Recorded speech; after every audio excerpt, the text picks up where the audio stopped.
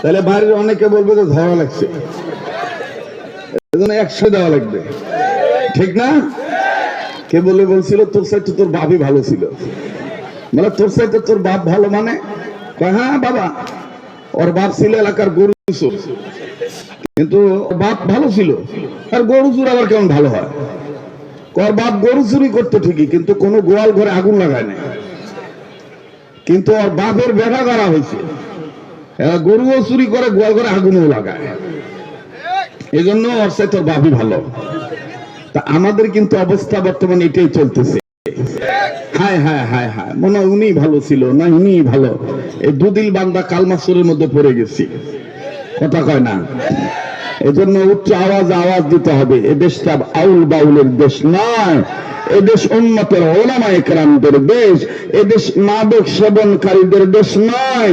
এদেশে মাদক যারা খায় এরা খাচ্ছে, আপনারা বিক্রি করতেছেন। মাদক যিনি সেবন করেন তার বিচারের অবশ্যই দরকার আছে, যিনি মাদক বিক্রি করে তার বিচার আগে দরকার। আর এই মাদক যিনি বিক্রি করেন তার বিচার আগে পেলে অবশ্যই আল্লাহর জমিনে আল্লাহর আইনের দরকার। মানুষের আইন দিয়ে কখনো মানুষকে মানুষ বানানো যায় না। আমার বন্ধুগণ, কার আইনের দরকার? যারা বলেন কার আইনের? মানুষ রূপে জন্ম নিয়ে জানোয়ার বাপ দেখান, নামাজ রোজা ছেড়ে দিয়ে চালু রাখছেন গাজায় টান। গাজা মনে চলে না, হ্যাঁ এলাকাত নাই। বাপরে যেভাবে কসিন তা তো মনে নাই আমাদের দেশে। আমার বন্ধুগণ, মানুষের জীবন ধ্বংস হওয়ার পিছনে যতগুলি কারণ, এর মধ্যে অন্যতম কারণ হলো মাদক সেবন। আর একটা কারণ হলো পুরুষ লোকের সমস্যা হওয়ার পিছনে যতগুলি কারণ, এর মধ্যে অন্যতম কারণ হলো নারীদের বেপরদার চলন ফিরন। কে যুবক কথা বলা? কন্যা রাখার কথা পয়েন্টে না থুয়া কুটছে বাবা, কিসের গলায়? জয়েন্টে।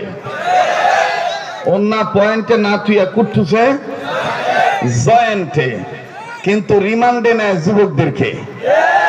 আমি বলতে চাই, যুবকদের বিচার করার আগে ওই বেহা নারীদের আগে বিচার করো বাবা।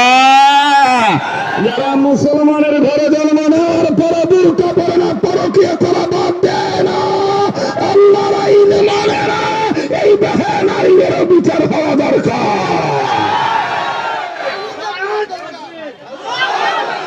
পুরুষ লোকেরা মনে হয় নাই রে, কথায় কবার চায় না। আপনারা বলেন ঘন্টাখানিক সময় দিবেন কি দিবেন না? দিবেন তো ইনশাআল্লাহ। আল্লাহ কবুল করেন, জোরে কোন আমিন। আবার জোরে কোন আমিন। না রায় তাকবীর। কোরআন হাদিস যেখানে, আলেম উলামা যেখানে, আজকের মাহফিল চলছে চলবে। আজকের মাহফিল কতক্ষণ চলবে? আল্লাহ যতক্ষণ চালায় ইনশা। আমার ভাইরা, আমার বন্ধুগণ, আল্লাহ রাব্বুল আলামিন ডাক দিয়ে বললেন, নবীজি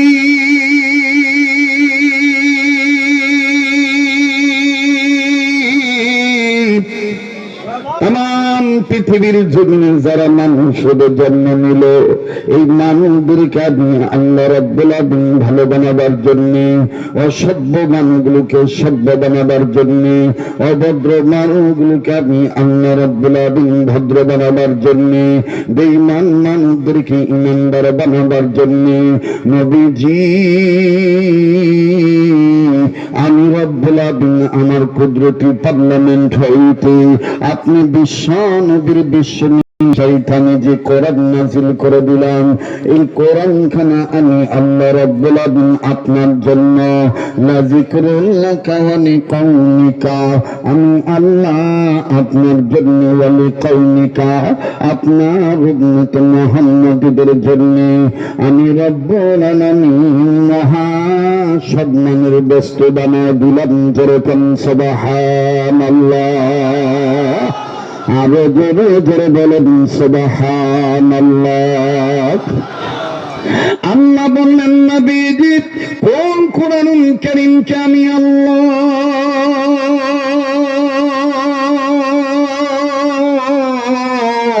মহা সম্মানের বস্তু বানায় দিলাম গো নবীজি। এই কোরআনুল কারীম এমন একখান কিতাব, এই কিতাবে ভুল আছে, ভুল আছে ধরনের কোন সন্দেহ শোভা নেই, বলতে নাই, ভুল আছে ধরনের কোন সন্দেহ শোভা পর্যন্ত নেই। রব্বুল আলামিন বলেন বান্দা আমার শোনো, যালিকাল কিতাবু লা রাইবা ফীহি, জোরে জোরে জোরে জোরে বলেন আল্লাহু আকবার, আল্লাহু আকবার, আল্লাহু আকবার, আল্লাহু আকবার। ও ভাই আওয়াজ জমি এমন ভাবে দিবেন জমিন যেন কেঁপে ওঠে, গোনা যেন মাফ হয় আমাদের। আল্লাহু আকবার, আল্লাহু আকবার, আল্লাহু আকবার, আল্লাহু আকবার, আল্লাহু আকবার, আল্লাহু আকবার। তুমি রহিম, তুমি করিম, তুমি যে সত্তার, তুমি খালিক, তুমি মালিক, তুমি যে জব্বার। তুমি রহিম, তুমি করিম, তুমি যে সত্তার, তুমি খালিক, তুমি মালিক, তুমি যে জব্বার। তাই তো তোমার সিফাত হলো আল্লাহু আকবার, তাই তো তোমার সিফাত হলো আল্লাহু আকবার। আল্লাহু আকবার বলো জোরে, আল্লাহু আকবার বলো। এ ভাই মাঝখান দিয়ে যদি কেউ ওঠে, ওর লুঙ্গি হোক প্যান্ট হোক টানা ধরবেন, মুতলে উই এটি মুতবে। কৃষকে ভাইজামি করবে, ভিতরে ঢুকছে বলেন কেন?